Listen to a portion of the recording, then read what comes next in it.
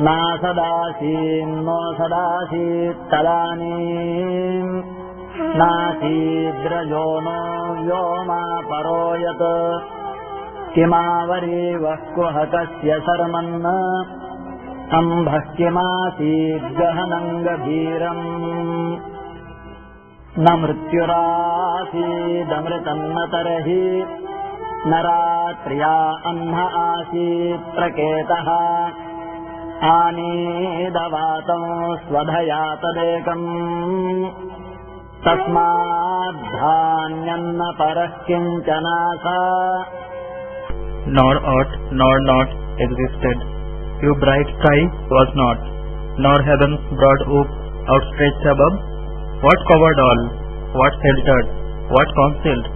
Was it the water's fathomless abyss? Darkness there was, and all at first was veiled in gloom profound, an ocean without light.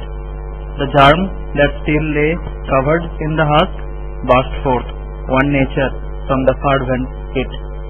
This hymn is from Rig-Veda. This clearly talks about the creation of the universe and probably refers to the Big Bang, as it says the seed burst forth in fervent heat. We find countless references to astronomical objects in the hymns of Veda. For example, listen to this one. The stars fixed high in heaven and shining brightly by night, oh say, where have they gone by daytime? And this one. Indra disclosed the waters and again has let loose to flow the 7 rivers. Here the 7 rivers refers to the 7 colors of the sunlight or in a rainbow. These 7 colors are also 7 steeds of the sun. Constellations pass away like thieves together, with their wheels before the all-beholding sun. 7 bay steeds to thy car wire thee, O thou far-seeing one. The 2 world hubs do not equal a single wing of mine. Have I not drunk Soma? Soma here is solar radiation. This is a reference to the 2 hubs of the atmosphere, or equivalently around Earth. The Hindus formed lunar asterisms as early as 1528 BC, the beginning of Tetra Yoga. They divided the sky into 27 constellations of 13 degree 20 minutes each. They observed that the moon and the sun always traveled through these constellations.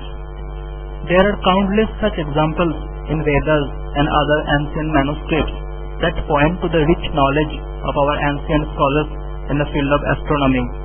Let us now look how these thousands of years old hymns and slokas can throw open a new horizon. Something that was predicted long ago is being scientifically proved now. Rig-Veda mentioned Jupiter's effect on human beings and the progress of living beings that it brings. Only in the last century, Jupiter's effect on Earth was discovered. By concentrating and contemplating a few particular hymns or texts in the Vedas and other epics like Mahabharata, the astronomers can come up with unthought-of solutions to present-day problems. Scientists are researching on string theory, which is thought to be the missing link in discovering theory of everything, on which Einstein had laid his hands on. But wait and notice this. Shatpata Brahmana, which is an appendix to Yajurveda, states, the sun strings these worlds, the earth, the planets, the atmosphere, to itself on a thread.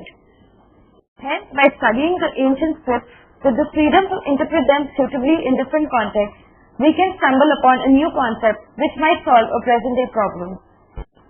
Ancient scholars regarded astronomy as closely related to societies, as all social and religious rituals were determined by the position of the stars and the planets.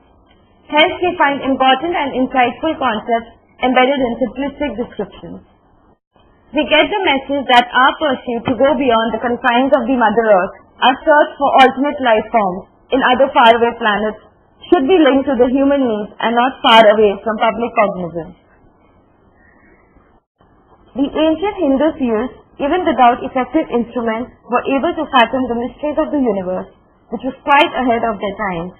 What we find is that the intuition they develop by meditation cannot be discarded as unscientific. Finally, by studying thousands of hymns of the Veda, we might pick up implicit clues that would make us think in a different way and take us close to the solutions of our modern quest, like searching an Earth-like planet and traveling beyond the solar system. The questions that naturally arise: why learn or know astronomy? Here is why. Astronomy has impact in every other sphere of life. Sun and moon cause tides and eclipses. Solar flare cause aurora and affect radio transmission. The constellations are used for navigation. The phase of moon fixes the date of Easter Sunday.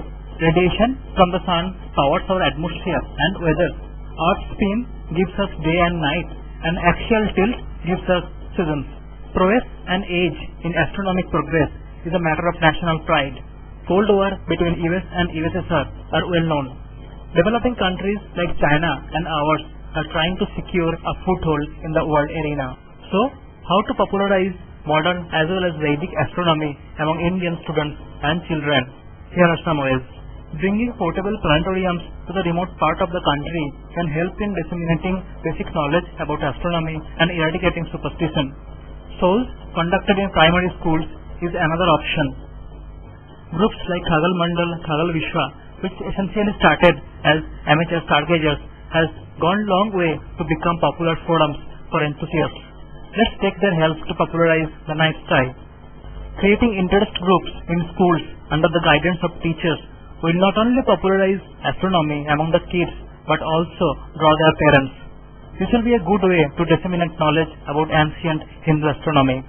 Computer games based on astronomy, like say avoiding an asteroid crash on Earth, will be another way to popularize it among children. Presently kids know more about gun models, weapon systems, latest car models due to games. Well, finally, let's make some animated feature films with characters like the giant constellations. For example, the Great Bear. Thank you.